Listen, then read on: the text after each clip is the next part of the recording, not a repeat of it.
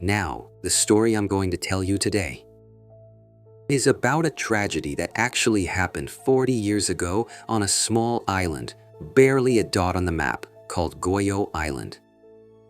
Just like its name, the island was once calm and peaceful, but because of one man, everything fell apart. This story is a record of trust, betrayal, and the hidden fear that lurked within humanity. Goyo Island.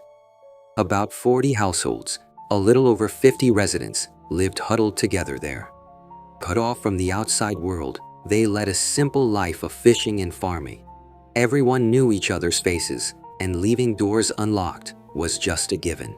But that peace was shattered one summer day when a young man set foot on the island. His name was the young pastor. He looked fresh out of seminary, with a gentle face, but his eyes held an unnerving intensity. The young pastor built a small church on the island. It was a humble chapel, but his kindness was enough to win the hearts of the residents. He was especially warm toward the children. "Aren't my little ones hungry?"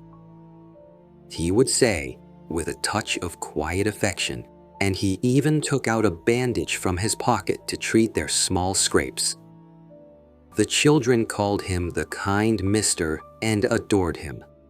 Every Sunday, he taught them from the Bible and handed out bread he'd baked himself. "Thank you, Pastor." The children's clear laughter filled the entire island. The residents, living a hard life, were deeply grateful for his presence. But beneath that comfort, a darkness was lurking, ready to swallow the entire island. That was when the goblin rumors started spreading among the children. Kids who played outside late at night whispered about seeing a huge shadow in the mountains. It had a human-like shape, but moved too fast and in a bizarre, unnatural way. The adults dismissed it as childish imagination, but the children knew. They knew it wasn't just a fantasy. Where the shadow had passed, a heavy, damp scent of the earth was left behind, along with an eerie silence. The turning point of the story began with a boy named Yongchel. While getting lost in the mountains, as he often did, Yongchel stumbled upon a worn-out sack hidden deep within a thicket of bushes. The sack was old and smelled musty, but something heavy was inside. Yongchel looked inside and his heart nearly stopped. The sack was full of wads of cash, stacked high with 10,000 won bills, 300,000 won. It was an unimaginable fortune for the island's residents. Yongchel's heart pounded with excitement, but at the same time, he was overcome with a sense of dread. After he took the sack back home, strange things began to happen to him. Footsteps could be heard outside his window at night, and he felt an eerie gaze watching him. It felt like the black, goblin-like figure he'd seen in the mountains was watching him. Yongchel instinctively knew that the money was connected to something sinister. That night, Yongchel disappeared.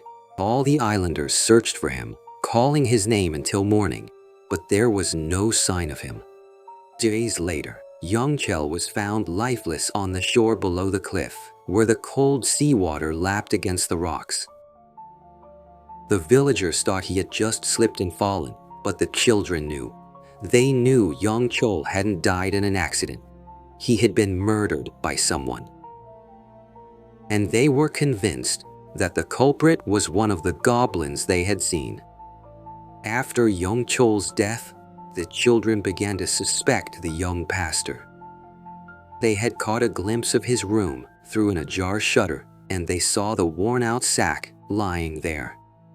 The one Yongchol had found. The children were shocked. "That's the sack Yongchol found," they whispered to each other. When they asked the young pastor about the sack's true identity, he just smiled and said, "It is a blessing from God." His smile no longer felt warm.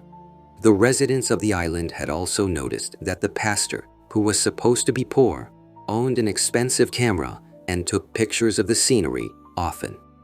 At that time, such a luxury item was rare even in the city, and his flaunting of wealth felt strangely unsettling to the poor islanders.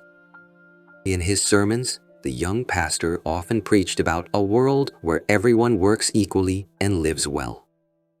We are all equal. It is God's will to create a world where the rich's wealth is shared with the poor so that everyone can prosper. His words deeply resonated with the impoverished residents. But no one knew the true meaning behind his sermon. The children had no idea why the young pastor was so insistent on having them copy the Bible. Every week, he would have them copy verses, but strangely, each child received a slightly different sheet. Some had holes punched in certain parts, while others had none. The children didn't think much of it. Everything was a mystery. The shadowy figures at night, the sack of money, young Joel's death, and the young pastor at the center of it all. The children held hands and trembled with fear. They instinctively knew that something was hidden on their island. And then, the moment came when the true identity of that something was finally revealed. Now let's take a moment. We need to consider the time this story took place, the 1980s. Even now, North and South Korea are in an armistice, but back then, the tension permeated deep into our lives. Every year, armed spies crossed the coast and the truce line. Assassination and sabotage plots targeting politicians, factories, and military bases were a common occurrence.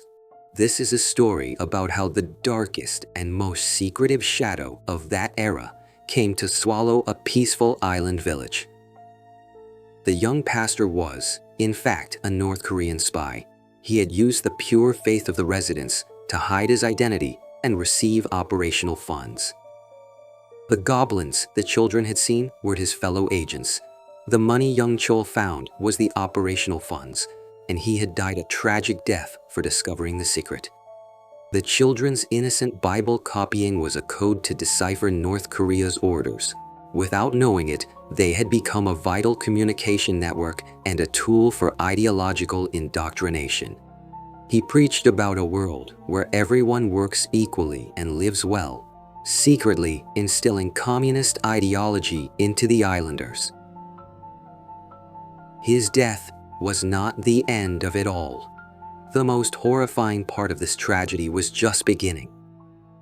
The security officers arrested all the island residents for aiding the young pastor's espionage activities.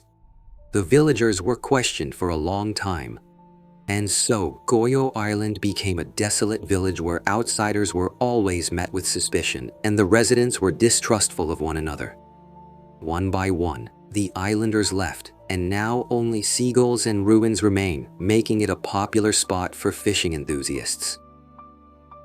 This story teaches us a very unsettling and chilling lesson about how trust can turn into fear. That the person with the kindest face could harbor the darkest of shadows. And that shadow, in the end, devoured the entire peaceful island.